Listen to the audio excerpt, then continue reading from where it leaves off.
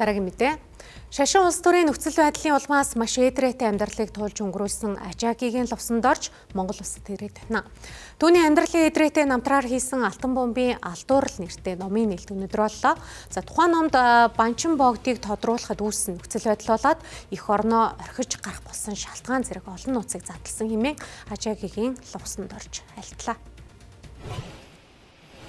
Ажаагийн лувсанд орчинд бага насндаа буддын шашны өндөр иргэн тодорч амьдралынхаа туршид олон сорилт бэрхшээлийг даван туулсан нэг юм а. Тэрээр бага насндаа хойд үрээр тодорч шашны боловсрал эзэмших замд орсон ч улс төр нийгмийн нөхцөл байдлын улмаас эх орноосоо дөрвөн гарч байлаа. Улмаар гадаад орон цууршин амьдрахтаа шинэ орчинд дасан зохицож хэл соёлын ялгааг даван туулсан нь түүний амьдралын томоохон сорилт болсон юм а. Гисэн эдийш тэрээр боловсрлоо үргэлжлүүлэн эзэмшиж буддын гүү ухаан орчин үеийн мэдлэгийг хослуулан судалжээ. Миний ном дээр бол энэ банчин богдын хойд төрийг төрөх дээр засахын газраас гэтийн засахын газраас яасан түүн дээр ямар алдаа гаргасан тимийн тухай бас заахан бичсэн байгаа. Тэр номыг зарсан хандив ирэх юм байна. Тэрийг бол би бас нэг заахан буян дээр явуулъя гэж бодож байгаа.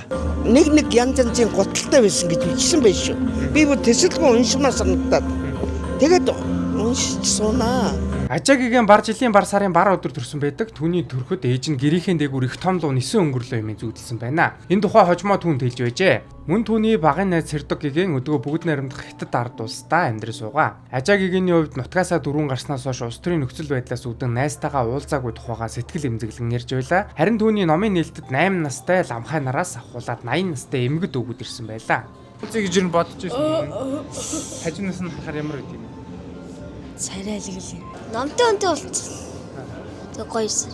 Хүн одоо юу гэдэг нөгөө энэ наснда өөрийнхөө ихтгэл үнэмшил, үнэт зүйлстэй тэгээ зөв гэж бодсон зүйлийнхаа төлөө ингээд хүн одоо яг зарчмаа бариад ямар ч юм тохиолдсон яг л өөртөө байгаа тэр үнэт зүйлсээ бариад явхад ямар хүчтэй байдгийг тэгээд яас их зөв байдгийг бэ. Амьдралынхаа энэ замлын явцад Ажаагийн лувсанд орчин зөвхөн шашны зүтгэлтэн төдийгүй боловсрал хүмүүнлэгийн салбарт идэвхтэй ажиллах болсон байна. Түүний хувьд манай улсад л гэхэд ахмадын болоод хүүхдийн асрамжийн газар зэрэг олон хүмүүнлэгийн ажлыг хийсэн юм.